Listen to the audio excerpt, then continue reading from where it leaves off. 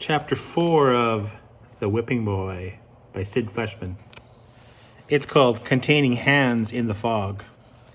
The night moon had lit their way like a lantern, but by dawn the runaways, double mounted on a horse from the castle stable, were hopelessly lost. A thick fog had swirled in and they'd strayed from the road. The trees had closed in on them. Force is creepy thing, said Jemmy, hanging on to the basket as best he could. Gimme cobbled streets any time.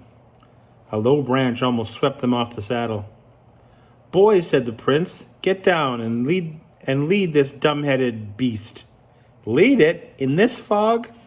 I'd need 2 hands and a lantern to find me own nose. But Jemmy slipped off the saddle. A plan had been tumbling about in his head. Here's your chance, Jemmy, he told himself. Slip away in the fog. Make a run for it. No more whippings for you, not if you can't be found.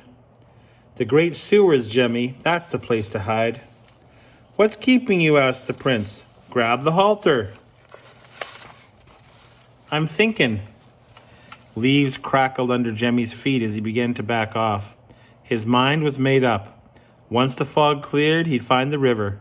Hadn't his pa taught him his way through the maze of mighty brick sewers?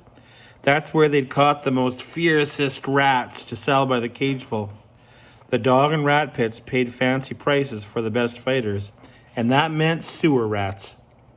Who would think to look for Jemmy under the city? Jemmy took another crackling step backward and froze. A sudden yellow glow floated in the fog. The prince burst into squawks and bellows. Who's there? Let go! Take your hands off me, you insolent rascal! There came a rough, booming reply. Wow, what we got here? The glowing lantern swayed. A noisy brat on a fine beast of a horse? Jemmy edged closer. A cutthroat, he thought. Like a snake striking, a ghostly hand darted through the fog and clutched his arm. A second cutthroat. Jemmy looked up and barely made out a long, bony face with hollow cheeks and a nose like a meat cleaver.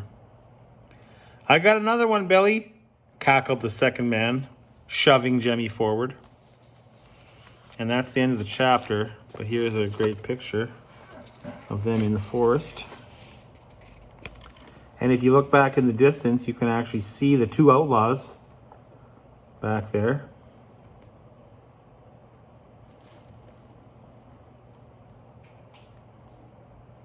And that is the end of chapter 4.